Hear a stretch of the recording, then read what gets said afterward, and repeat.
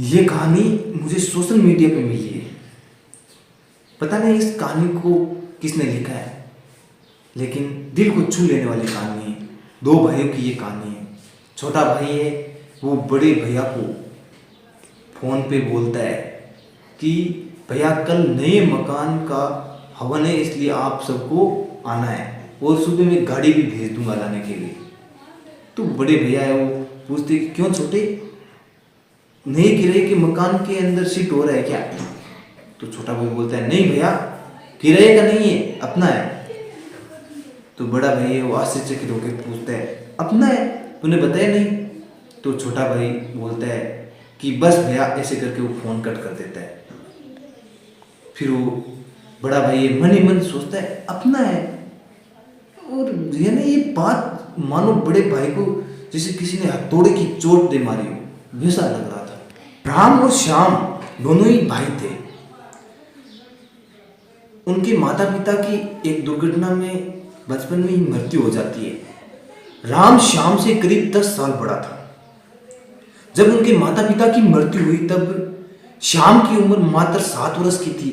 इसकी वजह से घर की सारी जिम्मेदारी और राम के कंधों पे आ जाती है, और श्याम की अच्छी तरीके से देखभाल करने के लिए राम है वो बहुत जल्द शादी कर लेता है, ताकि श्याम को किसी प्रकार की दिक्कत ना हो। और अपनी तनख्वाह का लगभग सारा हिस्सा है वो श्याम की पढ़ाई पे, उसकी रहन सहन पे, घर के किराए पे वो खर्च कर देता है।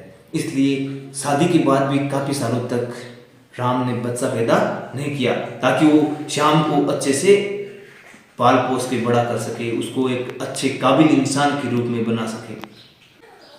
पढ़ाई पूरी होते ही श्याम की नौकरी एक प्राइवेट कंपनी में लग जाती है, जिसमें उसकी अच्छी सैलरी भी हो जाती है, और उसके बाद श्याम की शादी भी हो जाती है।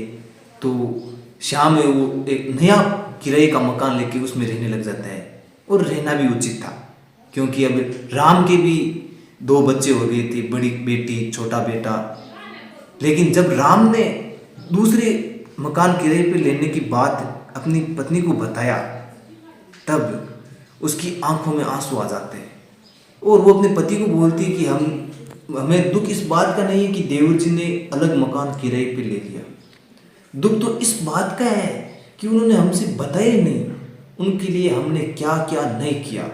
उनकी वजह से हमने कभी भी घर में अच्छी सब्जी नहीं बनाई, कभी अच्छे फल फ्रूट ला के नहीं खाए, कभी मिठाई नहीं बनाई, जितना कुछ था सब कुछ उन्हीं पे लगा दिया। कभी अपने बच्चों को नहीं पढ़ाया और उनको पढ़ाया।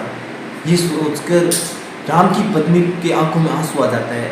अगले सुबह रविवार को श्याम द्वारा भेजी हुई गाड़ी से वो राम अपने परिवार के साथ एक सुंदर से घर के सामने जाके उतरते हैं।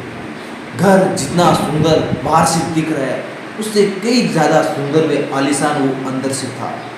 उस घर के अंदर सारी सुख सुविधाएं, ऐशो आराम मौजूद थे। उस घर के अंदर किसी प्रकार की कोई कमी दिखने को नहीं मिल रही थी। और अंदर देखा कि एक जैसे घर के अंदर 2 हिस्से बने हुए। उसको देख के राम ने सोचा कि छोटे को अपने बच्चों की कितनी चिंता है, अपने दोनों लड़कों के लिए एक जैसे 2 हिस्से बना दिए, और एक मैं हूँ जिसके घर पे शादी की लायक बेटी हो गई है, लेकिन 4-5 लाख रुपए भी इकट्ठे नहीं कर पाया। ये सोचकर वो राम है वो काफ़ी चिंतित हो जाता है। कान देखते समय राम की आंखों में आंसू आ जाते, जिन्हें वो बड़ी मुश्किल से रोकता है। इतने में पंडित जी है वो आवाज़ लगाते कि मकान के स्वामी को बुलाया जाए ताकि हवन चालू किया जाए। तो एक लड़का आके श्याम को बोलता है कि पंडित जी हवन शुरू करने के लिए आपको बुला रहे हैं। तो जैसे ही श्याम के पास वो पहुंचता है तो श्याम बोलता है कि इस मकान के मालिक मैं अकेला नहीं हूँ, इस मकान के मालिक 2 हैं, मैं और मेरे बड़े भैया। यानी ये मैं आज जो कुछ भी हूँ मैं अपने बड़े भाई की वजह से हूँ।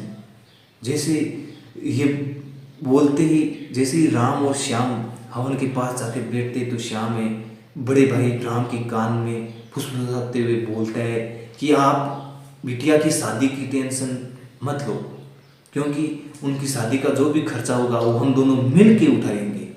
ये बात सुनते ही बड़ा भाई जो राम होता है वो अंदर ही अंदर नहीं काफ़ी गिल्टी महसूस करता है। उस टाइम हवन के अंदर बिल्कुल भी धुआं नहीं था, लेकिन फिर भी पूरे हवन के अंदर राम की आंखों से आंसू पे आंसू बहते जा रहे थे। भले ही आज के इस युग के अंदर हमें राम जैसा भाई देखने को मिल जाए, लेकिन श्याम जैसा भाई बहुत ही कम इस दुनिया में मौजूद है। तो साथियों, कैसी लगी ये कहानी कमेंट करके ज़रूर बताएं।